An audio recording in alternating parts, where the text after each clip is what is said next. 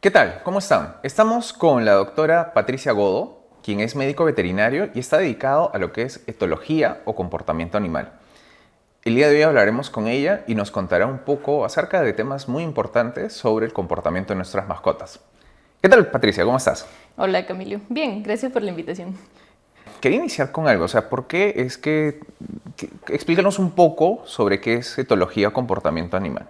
Bueno, la etología en sí significa literalmente el estudio del comportamiento animal, Ujú. pero yo al ser veterinaria lo que ejerzo es etología clínica veterinaria, ¿no? O sea, del lado clínico, de la perspectiva de un veterinario, abarcando todo lo que es diagnóstico, tratamiento y prevención de problemas conductuales, más en perros y en gatos, ¿no? Porque es clínica veterinaria aquí, ¿no? En Ujú. lo cotidiano, ¿no? ¿Y qué sería no clínico?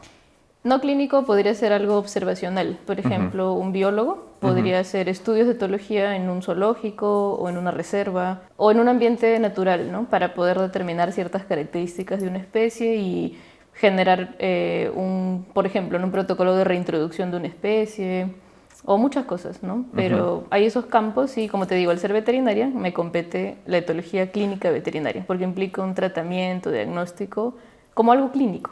Ujú.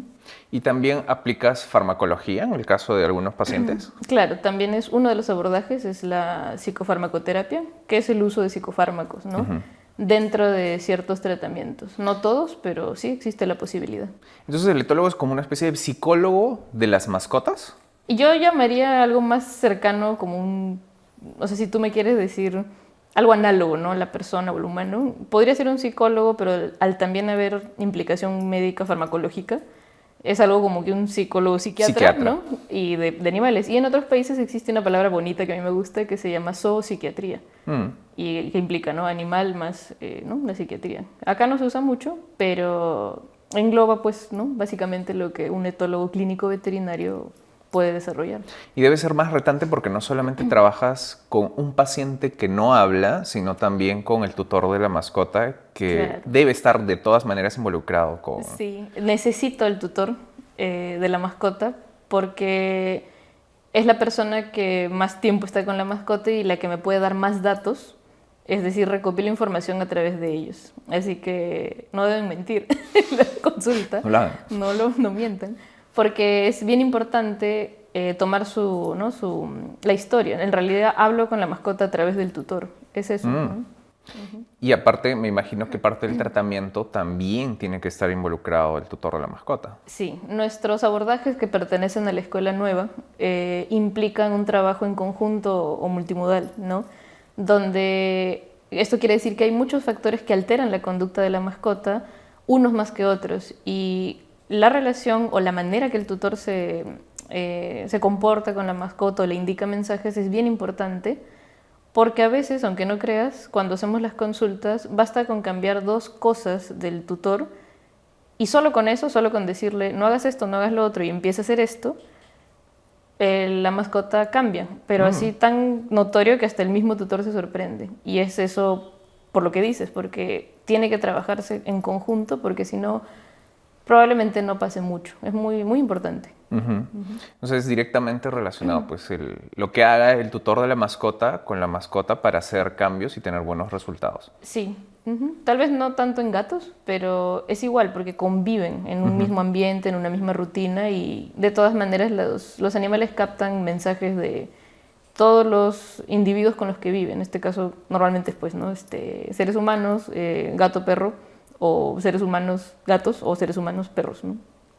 Multiespecie. ¿Y cuál es la tendencia mundial? O sea, se están desarrollando más personas especialistas, médicos veterinarios, porque obviamente un médico veterinario es, digamos, el que estaría un poco más acorde a manejar este tema de la zoopsiquiatría, ¿no? Claro, de todas maneras, al implicar cualquier tipo de medicina, porque esto es medicina conductual Mm.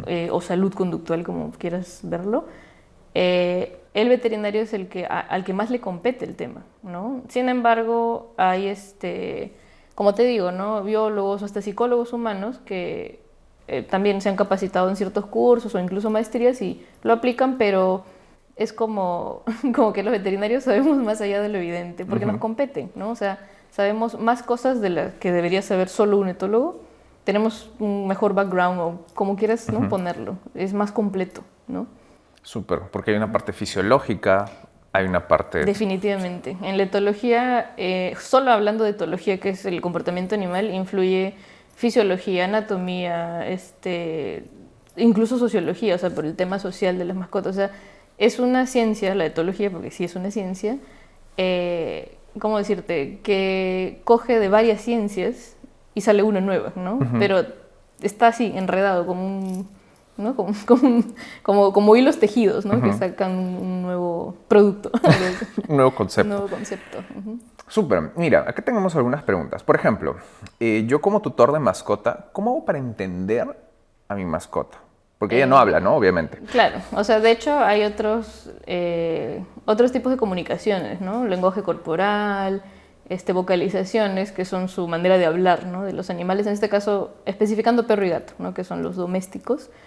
Es difícil que en una sola oración te diga, entiéndela así, porque, claro, habría que estudiar bastante y llegar a un concepto más completo, ¿no? Para porque poder todos son decir, distintos también. son distintos. O sea, son claro. como nosotros las Exacto. personas, ¿no? Cada uno es un... Cada especie es diferente. Entonces, hablando de perro y gato, incluso hay tanta diferencia en cómo entenderlos a cada uno, porque son dos especies distintas, exacto. No te puedo decir, ya tienes que entenderla así, ¿no? Con estas cosas, pero sí te puedo decir qué no hacer para no caer en el error de malinterpretar. O sea, más bien la pregunta que te puedo responder más o menos sería, no cómo entender a mi mascota, sino cómo no malinterpretar su lenguaje o lo que me quiere decir. Y eso es sencillo, es solamente no subjetivizar y no humanizar. O sea, no pensar que porque se escondió y me mira de reojo y se orina mientras lo veo es venganza, ¿no? No pensar que como yo le grité y ya dejó de hacer la conducta, me respeta o yo soy el que domina, ¿no? O sea, esas cosas que son conceptos medio al aire, ¿no? Que parece que es lo que el gato o el perro está pensando, muy probablemente no es. No sé. O sea, no es así. Entonces, para eso existimos nosotros, ¿no? Para eso... Son como el traductor te ayudamos a transmitir el mensaje. Les decimos, en gran parte de nuestro trabajo aquí en nuestra realidad, hablando de Perú, es desmitificar muchas cosas que el tutor cree porque viene de inercia de hace años, ¿no? O porque lo vio en las redes, o porque vio un programa famoso y dijo, ay, debe ser así, ¿no? Y no es al final, ¿no? Y te diría que, no sé, en 80% de los casos el tutor equivoca en cómo interpretar, ¿no? lo que está haciendo la mascota, ¿no? Entonces, hay muchos casos, pero lo mejor es no subjetivizarlo, no hacerse ideas de que, pero si yo estuviera en esta situación me sentiría así, haría esto. Tú no eres un perro, tú no eres un gato, el perro no es un humano, ¿no? Entonces, ahí, claro, ante la incertidumbre es pues que existimos, ¿no? Para poder decirte bien qué está pasando. Y aún así, nosotros mismos no sabemos el 100% de lo que pasa por la cabeza del perro y muchísimo menos del gato. O sea, no se puede saber así, tal cual, a ciencia cierta, qué es lo que está pensando o qué podría ser, ¿no? A continuación. Claro. Pero nos basamos en datos científicos y comprobados, claro. ¿no? Así como, y de repente puede ser que no. O sea, son cosas científicamente probadas. Claro, normalmente hace esto y porque hace esto nosotros entendemos que los estudios que hicieron es qué significa esto, ¿no? Más o menos. O sea, es una... Claro, esas son tendencias, ¿no? Y ahí es muy objetivo. Ahí es lo que la diferencia es, ¿no? Tratamos de objetivizar y verlo más como fríamente calculado, relacionando las conductas naturales de la especie. Por eso estudiamos, ¿no? Los estudiamos en conductas normales y en conductas anormales para poder identificar el problema. Si no identificas el problema o por qué lo hace, estamos mal, ¿no? Así empezamos mal. Entonces, ¿cómo no malinterpretarla? No subjetivicen, no humanicen, traten, ¿no? Porque es un poco difícil no hacerlo, es la tendencia normal de uno. Tratar de entender las cosas de su percepción, eso es normal. Y sí, claro, y me dicen, bueno, pero si no subjetivizo, no alucino qué está pasando, ¿qué hago? Para eso estás. Lo que tú dices sobre... O sea, hay dos puntos que tú hablaste, ¿no? El tema de la venganza. O sea, la mascota no piensa en venganza, ¿no? O sea, no así. No hay... O sea, hay que entender que nosotros los humanos estamos, entre comillas, evolucionados porque tendemos a crear y a pensar muchas cosas, ¿no? Claro, tenemos procesos cognitivos más complejos. En realidad, con diferencia del perro y el gato, yo diría que la diferencia solo es un proceso cognitivo que nos diferencia de ellos. Hablando de especie versus especie, ¿no? Ajá. El proceso cognitivo que tenemos nosotros es la metacognición, o antes llamada la autocognición, es darse cuenta de qué sucede. Eso las mascotas no lo tienen. Bueno, ¿Es como ser consciente? ¿Más consciente? Más, exacto. O sea, es como yo pienso y puedo ser maquiavélica incluso, ¿no? O sea, como si jugaras un ajedrez, ¿no? Esta movida me lleva a esto y lo otro. Pero eso es otro, pensar en el futuro conectado con el pasado, ¿no? Claro, o sea, es un proceso cognitivo tal cual que usa otros procesos cognitivos como memoria, aprendizaje, resolución de problemas, ¿no? Que lo tienen las mascotas, pero a lo que voy es que las mascotas los perros y gatos, no es más como un razonamiento plano. Es como que esto igual esto, ¿no? En cambio nosotros es esto, y si pasa esto y lo demás, y no y creas toda una historia. Es un mundo. Y eso es un proceso cognitivo complejo, ¿no? Entonces, de ahí sale pues todo esto de la venganza, el resentimiento, ¿no? El bien y el mal y todo eso. Y ese es Mi otro gato punto. orinó en mi cama, Y es se está porque vengando, yo ¿no? le dije eso y claro, le cambié la comida y ahora se está vengando. Exacto. Y realmente la conducta de, por ejemplo, no orinar en la cama por alguna cosa que le hiciste, ¿no? Parece venganza. Y sí está ligado a un contexto, por ejemplo, es que no lo dejé salir hoy día al jardín, qué sé yo. Sí puede ser esa la causa, pero el proceso por cómo se llega hacia la conducta inadecuada, la explicación no es venganza, pues, porque ese concepto sería para un humano, porque es algo que planeó, vio y dijo, con esto lo voy a fregar, ¿no? Pero el gato... Y se va a acordar de mí y vas a ver que... De mí, claro, así va a aprender que yo mando. Sí. Nada que ver, o sea, el perro y el gato son como... No puedo tener esto, me frustro. ¿Cómo libero frustración? Voy a orinar. Esa es una salida de la frustración. Pero no piensa, voy a orinar en la cama porque lo va a molestar y jajaja, ¿no? Sí, No. sí, así es. No, pero sí es respuesta, o sea, la orina inadecuada en ciertos contextos, no siempre, sí es respuesta a una frustración. Así como la salida a frustración puede ser agresividad, depresión, orina inadecuada.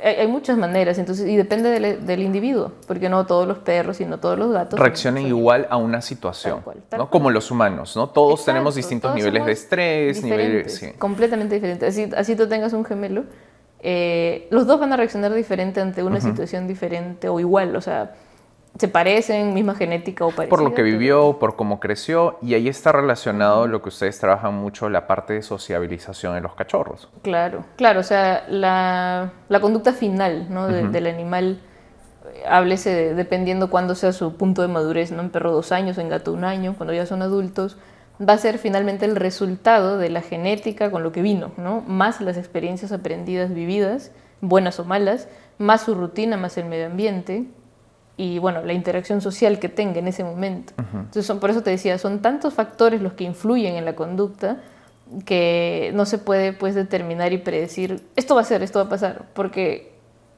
si yo muevo un factor, la conducta varía. Va a cambiar el resultado totalmente. Exacto, entonces en ese aspecto de la mezcla de la genética con lo que aprendió, eso de lo que aprendió en temprana edad, ahí entra lo que es la socialización, ¿no?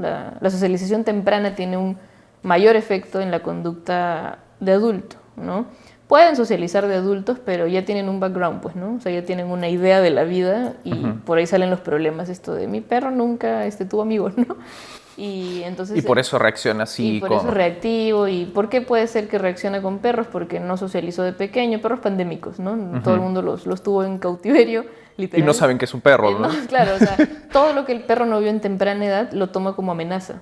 Así, automáticamente, ¡ping! Es como que, no conozco, ya, esto puede ser malo, así que por si acaso voy a atacar o voy a defenderme para que nada malo me pase. Y eso es la agresividad por miedo per se, que es un problema conductual muy común, ¿no? También. Muy común. Sí. En perros, ¿no? Porque el tipo de tendencia social que tienen es eso, a socializar, y si no lo hacen, pues resulta o podría resultar en un reactivo. Y es interesante eso de podría resultar o no, porque va a depender de los demás factores del individuo.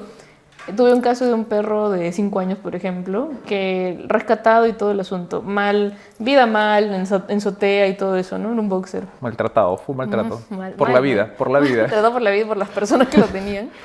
Y 5 años había estado así. Cayó en pandemia también, ¿no? Pero ya, o sea, parecía que antes de pandemia ya su vida había sido pandémica porque andaba encerrado el pobre animal. Y cuando salió, yo hice la consulta, claro, estaba maltratado y todo, pero advertí que podría generar agresividad por miedo al empezar una rutina nueva y normal, que es salir, ver niños, personas, ¿no? El perrito era el más sociable del mundo. No tuvo en ningún momento ningún episodio de querer agredir, sino que veía personas y se derretía, veía niños y también se tiraba de panza, veía perros y también. Entonces, eso implica que, claro, el hecho de haber estado encerrado y no haber tenido socialización podría impactar. Pero aquí, ¿qué pasó? Que la genética del rasgo de temperamento sociable era tan fuerte, pues quién sabe por qué, que eso le ganó a pesar de que no había socializado prácticamente nada, ¿no? Desde sus, bueno, porque nació en azotea y todo. Una historia bien fea, ¿no? Pero eso pasa muy poco. La mayoría de casos... Eso es un caso como que individual y sí, puntual. particular, pero puede pasar. Entonces, y ahí vamos con esto que te decía de las explicaciones de no todos los perros son iguales, qué factores han intervenido para que sea así, qué hizo ese perro para lograr eso. ¿Lo puedo aplicar en otro? Probablemente no, porque era la tendencia natural fuerte. Imagínate, 5 años sin nada y de pronto, ay, todo feliz con todos. Ese es netamente. Y uno pensaría como humano, ay, es que está agradecido porque no. Ahí porque, regresamos sí.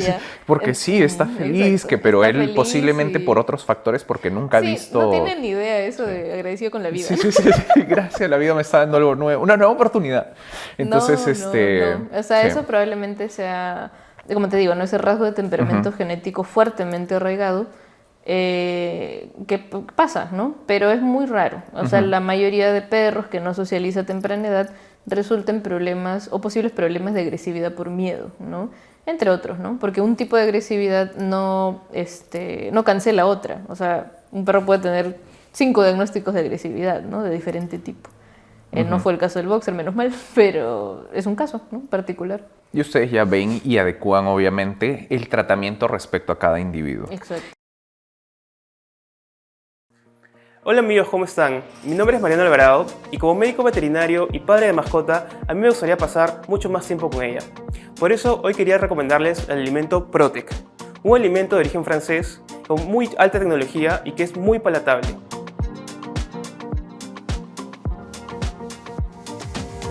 Entonces, si tú quisieras pasar más tiempo con tu mascota y que viva más tiempo contigo, te recomiendo el Protec.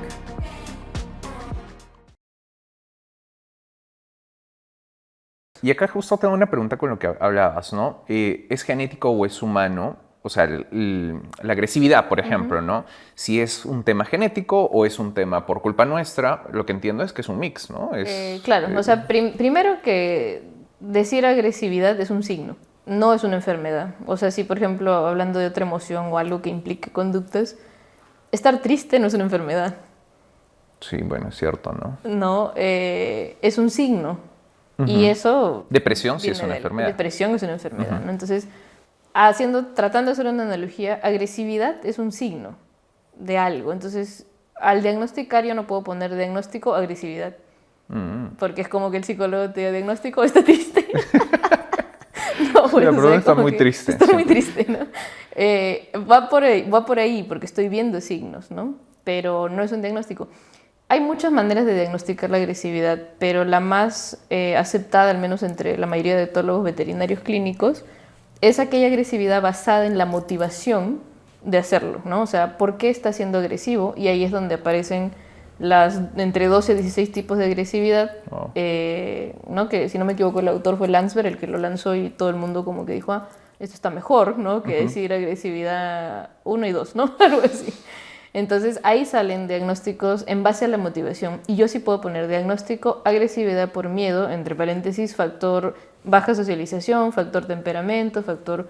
No, o sea, haciéndolo más como factor experiencia negativa vivida, ¿no? Por ejemplo. Que está, obviamente también hay una parte genética, o sea, a lo que voy es, ¿existen razas agresivas? No, o sea, no tal cual, porque realmente o sea, sí es cierto que hay un diagnóstico de agresividad mejor que decir, ah, eso es agresivo, ¿no? Y ahí sale agresividad por miedo, agresividad territorial, agresividad predatoria, agresividad por protección de recursos, agresividad maternal, agresividad jerárquica y así para no aburrirte Pero más. que sí podría estar relacionado con el... Y está relacionado a los varios factores que tiene la mascota en sí. Sí es cierto que si yo tengo, los 5 factores principales de una mascota que afectan su conducta son los que te dije, ¿no? Genética, medio ambiente, rutina, experiencias y el vínculo con el tutor o con los que vive, ¿no? Si yo tengo el peor factor de cada uno, obviamente es mucho más probable que resulte en un diagnóstico de agresividad. Un medio ambiente hasta las patas, una rutina inadecuada, como el boxer, ¿no? Que no tenía nada. Experiencias vividas malas, como uso de castigos para educación temprana o maltrato, ¿no? El tutor también, que genera un vínculo inadecuado porque pues, no tiene ideas así retrógradas o de la escuela antigua. Mira, llevamos 4 factores horribles, ¿no? Ya te imaginarás cómo estaría ese perro. Y el último, ese factor intrínseco, que es la genética. Ya con estos malos, ya no importa cuál será eso la es lo de genética. menos. Porque sí podría haber una raza que sea de este factor genético, que yo sí cambio el resto, exacto. Entonces, puede hacer algo. Exacto, y por eso hay una combinación ahí y no puedo decir, como es pastor alemán, es agresivo, ¿no? Claro. Ese pastor alemán, si tiene, por ejemplo, rasgo de temperamento impulsivo o temeroso, que ambos pueden derivar más rápidamente en un tipo de agresividad, eso sí, ¿no? El perro nace con un rasgo de temperamento, es con lo que más se ve desde pequeño, que a las 7 semanas se puede sacar más o menos. Hay muchos rasgos de temperamento, pero hay 6 que se ven más, o sea que es bien notorio, como la temerosidad, la impulsividad, la ansiedad, la entrenabilidad, la jugabilidad y la sociabilidad. De todos esos, claro que hay 2 que son pesados de manejar, que son la impulsividad y la temerosidad. Bueno, 3, ¿no? Que es la ansiedad también. Entonces, cuando tú ves un cachorro pequeño, de 2 meses, y ves una camada y ves uno que se quedó ahí sentado sin hacer nada, o que viene y le pegó y no sabe qué pasó, ves otro que está balita corriendo por ahí y ves otro que le muerde la oreja al hermano así como, ¿no? Como desquiciado. Ahí ves la tendencia. Esa tendencia puede predisponer más que otra, ¿no? A un problema conductual, no necesariamente agresividad, pero sí es cierto que la agresividad es la más común. Y claro, si se combinan factores, y no hago obviamente un abordaje preventivo yo aviso, ¿no? Cuando veo cachorros, tiene tal temperamento, hay que hacer esto más que con otro porque pues tal. Entonces sí hay una genética que predispone a la aparición de ciertos problemas conductuales como agresividad, pero no es la única cosa y no vamos a condenar al perro por, es impulsivo, pucha madre. Claro, ya no hay solución, ¿no? Ya no hay solución. No, le doy más a los otros factores e incluso hay opciones para ese factor intrínseco. Ahí es donde entra pues la medicación. Si no es algo extrínseco, entonces podría haber algo directo para su organismo. Con la medicación yo puedo empezar a... Podría regular, no es mágica, ¿no? O sea, pero si yo veo y creo prudente, según mi criterio, que podría yo afectar ese factor intrínseco, obviamente para hacerle bien al animal, aplicaré pues tanto terapias naturales, que son cosas no orales o olfativas, como la medicación pertinente, que es la psicofarmacología, lo que hablábamos hace un rato, ¿no? Entonces, viste que es más como, son varias cositas, no es como que sí, su genética es agresiva y sí se va a volver un asesino, ¿no? O sea, no puedes tener, necesitas obviamente diagnosticar, entender, ¿no? Porque ese es el proceso que ustedes hacen. Toda ¿no? la historia, o sea, si me llega un perro de 2 meses, igual, la corta vida que tenga se revisa. Y existen factores incluso antes de que ese perro nazca. O sea, hay un factor gestacional que afecta también. Las emociones mientras se va desarrollando el individuo. Sí, ese es un factor gestacional donde el estrés, cuando la madre gesta, afecta la formación del tubo neural. O sea, es una vaina, literal. Y digamos, afecta el tubo neural y también la producción de ciertas, no sé, hormonas o... Al afectar la base neurológica, porque lo primero que se forma es el tubo neural y de ahí salen las demás cosas y sale el perrito, ¿no? Así, pling, ¿no? Como si le echaras agua y sale. Esa base neuronal afectada por el cortisol del estrés crónico de la perra gestando, que son 2 meses, o sea, ¿qué tiempo le va a dar a ese animal para adaptarse? Claro. Es tan corta la gestación de la perra, o de la gata también, porque pasa, que el cortisol crónico en gestación que le pasa, por ejemplo, a perras callejeras que viven pues en el estrés, ¿no? Al máximo. O perras de criadero, uno dice, no, pero el criadero es bueno. No, pero es que están estresadas porque andan en un asunto único que es tener crías y eso. Los malos criaderos, ¿no? Obviamente. Esos 2 escenarios de porque en consulta preguntamos, ¿y sabes quiénes son los papás? ¿Conociste a los papás? ¿Por qué preguntamos eso? Por eso, por el factor gestacional. Ah, sí es de criadero. Ah, sí, su mamá rescatada. No. Entonces ya más o menos sabes ahí ya que... más o menos entiendes, ¿no? Si la tendencia es tan temprana de esos extremos emocionales, porque lo que hace, lo que preguntabas, ¿no? Ese cortisol en ese tubo neural que hace, lo afecta. O sea, es como que quedar un enchufe que cuando conectas sale chispa, pero igual funciona. Claro, ¿no? claro, O sea, claro, ¿qué claro. puede pasar en un momento? Claro. ¿No? Y explota. O sea, explota porque está dañado, no está hecho como no debería estar hecho. Ese cortocircuito, ¿no? Se ve desde temprana edad porque es un factor que el perro trae desde cero, nace y tiene esa tendencia a extremos emocionales. O me salen fóbicos o me salen impulsivos, pero al mango, que son así de reaccionar, ¿no? Entonces es triste en ambos casos porque es o fobia o esta agresividad impulsiva, ¿no? Que es aparentemente de la nada. Incluso le pusieron un nombre antes que era el síndrome de la furia canina, por querer ¿no? decirle algo para claro. no decir todo el rollo. Pero la explicación es esa. Entonces, incluso hay un factor antes de que el pobre animal nazca que ya lo puede predisponer. Y si juntas eso más lo otro, imagínate, pues, ¿no? Que sale algo ya crea un bastante... individuo, pues, Claro, y el desconocimiento de la gente, al no saber qué sucede, al no informarse bien de que, hey, no es que el perro te odia, no es que es Satanás, no, es que está pasando algo, hay factores que han generado esto, ¿no? Internos, fisiológicos, Medio ambientales. ambiente, rutina, y mucho afecta cómo el tutor trata a la mascota, porque en los primeros meses es donde impacta. O sea, ya nos vamos dando cuenta de que es todo un mundo, un tema. O sea, había algo más allá de mi perro es malcriado, Sí. mi gato es malcriado. Y yo le grito y no me hace caso, ¿no? Le digo, sale acá y no me hace caso. ¿O cuál es el problema? No me hace caso. Sí. Entonces hay cosas, y de eso trata la consulta, de identificar todos esos factores. Eso se llama anamnesis, pues, ¿no? O sea, toda la historia clínica. Preguntar desde lo mínimo que sepas, ¿no? Desde que lo tuviste. ¿Tienes datos de antes de tenerlo? Sí, estaba aquí, allá, su mamá. No, se lo rescaté al año. Bueno, hacemos lo que se puede con la historia que tengamos y aún así podemos deducir ciertas cosas por el comportamiento actual que tienen, probable, ¿no?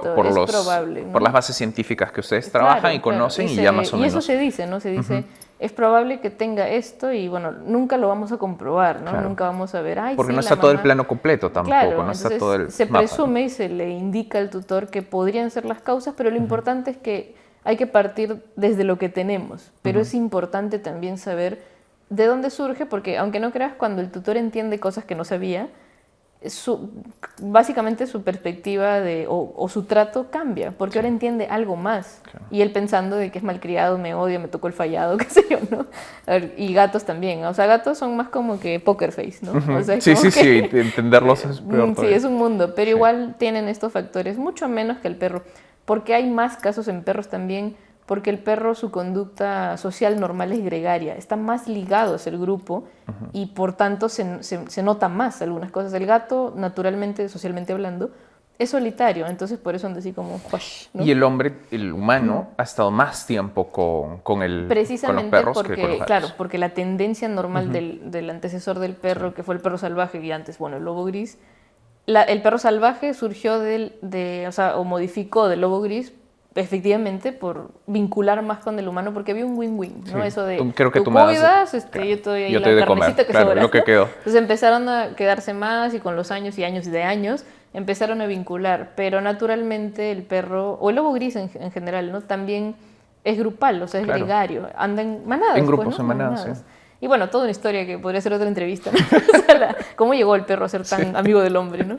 Un tema también, ¿no? Entonces, todo tiene su explicación y como te digo, son hechos bien puestos, ¿no? Claro. No así como que, y si de repente vino el extraterrestre y mutó al perro y eso hizo nada. Inyectó un gen, ¿no? Y evolucionó. ¿no? Y puede ser, pero ¿quién te va a comprobar claro. eso? O sea, ¿cómo harías? Hasta que me lo compruebes yo te diría, tienes razón. Hasta ese momento yo diré, no sé, yo le voy más a esta explicación y bueno, sale así, ¿no? El entendimiento un poco más de esa mascota que tengo, ya sea perro o gato, pues, ¿no? Buenísimo, buenísimo. Entonces hemos entendido que es un organismo complejo. Claro. No es algo simple y que la comunicación es importante llevarla con un especialista porque ustedes son quienes van a entender, ¿no? Claro, nosotros ayudamos al proceso. Al final, ¿cuál es la finalidad? La convivencia armoniosa. Buenísimo. Eso es todo, la convivencia armoniosa. Eso es nuestro objetivo. respetando el bienestar físico y emocional del animal, porque es nuestro trabajo respetar y tratar no solo el bienestar físico, ¿no? Que antiguamente el veterinario cuida, ¿no? La salud del animal. Ahora se habla incluso no solo de etólogos, sino de veterinarios. ¿No? Exacto. Nuestro trabajo, nuestra misión, visión, como quieras, es proteger el bienestar físico y emocional del animal. En este caso, bueno, los animales menores, ¿no? De compañía. Y en eso es que tratamos, ¿no? de comunicarnos con el tutor diciéndoles cosas que son, bueno, ¿no? reales o de nuestra parte que son probadas, ¿no? De la mano de la ciencia, pero también va a depender, pues, qué cosa quiere lograr ese tutor, ¿no? Entonces, hay cosas que no hacemos, ¿no? Como eso de quiero que mi perro defienda y ataque al que se mete a la casa. Y yo, bueno, no sé. Cómprate un sistema de seguridad mejor, ¿no? Claro, o sea, para mí eso es un poco faltar al respeto a la especie, ¿no? Sí. Porque no están hechos para eso, ¿no? O sea, no es algo que puedas lograr a tu antojo, porque no son máquinas, son seres sintientes. Si entienden eso en la consulta, o bueno, cuando nos llaman para hacer la consulta, todo bien, ¿no? Pero a veces tienen ideas equivocadas y no podemos ayudarlos porque están pues en otra sintonía, ¿no? Claro, como quien dice. Entonces, claro, la tendencia actual es proteger, ¿no? El bienestar de la mascota.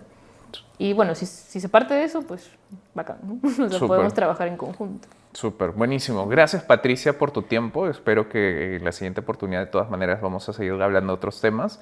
Y bueno... Hay varios temas. Pero... Hay varios temas que ahorita hemos hablado sobre algunas preguntas. Es un montón. Y a mí, bueno, encantada de poder compartir más en un espacio que puedan, pues, más gente tener acceso y entender, porque eso es, entender, ¿no? a la mascota que tengo y ayudarlos, ¿no? A convivir. Todos quieren convivir en paz. O sea, los animales buscan eso. O sea, nada de, no, me hace la vida imposible, me odian. ¿No?